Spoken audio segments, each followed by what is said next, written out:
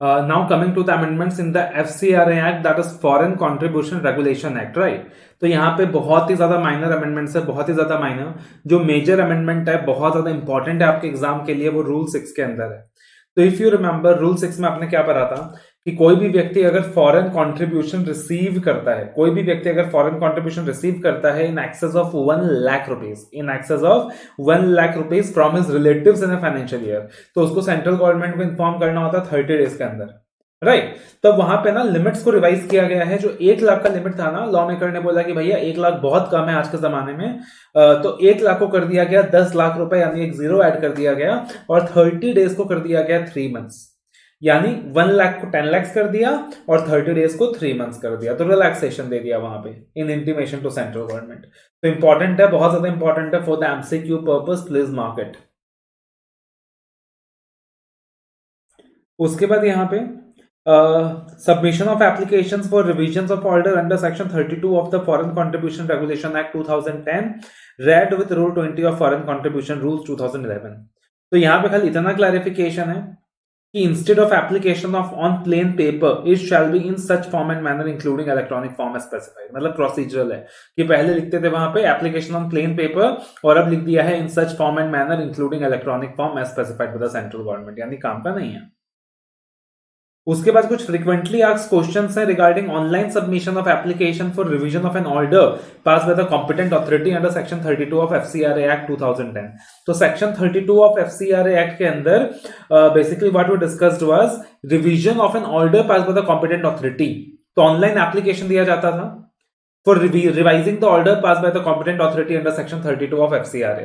तो यहाँ पे कौन एप्लीकेशन दे सकता है, मोड क्या होना चाहिए, लाइक इलेक्ट्रॉनिक फॉर्म में होगा, फिजिकल फॉर्म में होगा, ये कुछ क्लैरिफिकेशंस है जो यहाँ पे दिया हुआ है। That is again important for your exam.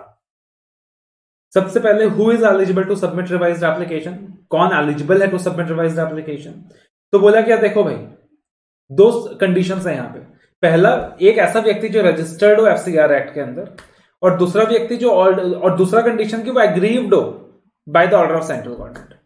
आप अगर रजिस्टर्ड ही नहीं है FCRA एक्ट के अंदर तो आप एप्लीकेशन कैसे देंगे।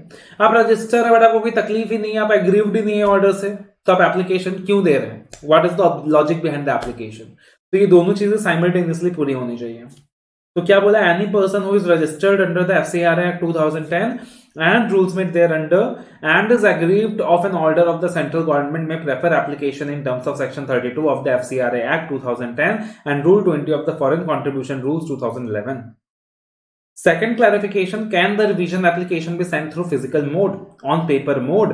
तो अब यहाँ पे एक बहुत बड़ा चेंज है सर, पहले पेपर मोड में अलाउड था, लेकिन अब बोला 15 अगस्त 2022 से एप्लीकेशन सिर्फ और सिर्फ इलेक्ट्रॉनिक मोड में एक्सेप्टेबल होंगे, पेपर मोड में एक्सेप्टेबल नहीं होंगे। तो छोटा सा पॉइंट है, but may be they might test you application based question, may be in a case study और इन MCQ। उसके बाद what is the procedure for an association to file an application for revision of an order pass by competent authority under FCRA act 2010। तो procedure क्या रहेगा for an association to file an application for revision. तो बोला कोई भी व्यक्ति जो file करना चाहता है application for revision of an order pass by the competent authority, तो उसको क्या करना पड़ेगा, अपलोड करना पड़ेगा scan copy of application on the FCRA web portal. तो वेब पोर्टल का लिंक दे दिया वहां पे कि वहां पे scan copy of application submit करना पड़ेगा, और हेडिंग कौन सा होगा, सर्विसेज अंडर FCRA। तो आप हेडिंग में जाएंगे सर्विसेज अंडर FCRA, उसके अंदर एक सब हेडिंग होगा रिवीजन एप्लीकेशन अंडर सेक्शन 32, वहां जाकर आप scan copy of application submit कर देंगे। मतलब सिर्फ रीड करने के लिए है, ज्यादा काम का नहीं है। Clarification number 4, is it required to send physical copy of electronically filed revision application to Ministry of Home Affairs. तो क्या फिजिकल कॉपी सेंड करने की जरूरत है। तो अगेन आज के जमाने में इस रिक्वायरमेंट को स्क्रैप कर दिया गया है। There is no need to send physical copy of revised application to Ministry of Home Affairs. Clarification number 5, is there any format of revised application. तो बोला नो, इलेक्ट्रॉनिक मोड में भेजना है बट कोई फॉर्मेट नहीं है।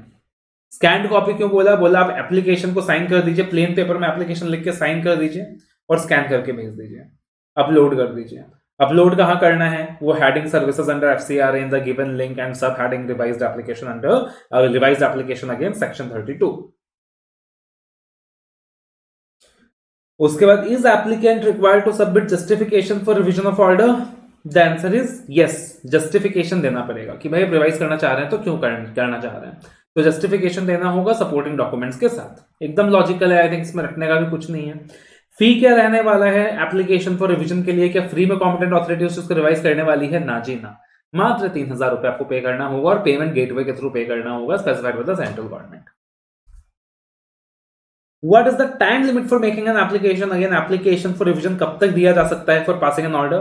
तो अगेन इंपॉर्टेंट है काफी एमसीक्यू के लिए कि अगेन एप्लीकेशन देना होगा within 1 year from the date on which order was communicated. तो मेरे को ऑर्डर का कम्युनिकेशन मिल गया ऑर्डर इन क्वेश्चन का, राइट तो उसके 1 साल के अंदर क्या करना पड़ेगा सर? एप्लीकेशन सबमिट करना पड़ेगा। The application must be made within 1 year from the date on which order in question was communicated or the date on which it otherwise came to know of it, whichever is earlier। दोनों में से जो भी earlier है। ऐसा नहीं हो सकता कि सर 2 साल के बाद 3 साल के बाद हम जागे और हम कह रहे हैं कि हम रिवाइज करना चाहते हैं, एप्लीकेशन रिवाइज करना चाहते हैं, दैट इज नॉट अलाउड। तो 1 साल के अंदर एप्लीकेशन देना होगा, 3,000 रुपए फीस देना होगा, पेमेंट गेटवे के थ्रू पे करना होगा, जस्टिफिकेशन वगैरह देने होंगे, scan copy of application submit करना पड़ेगा, कौन सा हेडिंग है, कौन सा सब हेडिंग है, और इलेक्ट्रॉनिक मोड में सबमिट करना पड़ेगा। Physical mode of submission is not allowed. तो छोटे छोटे क्लैरिफिकेशंस हैं।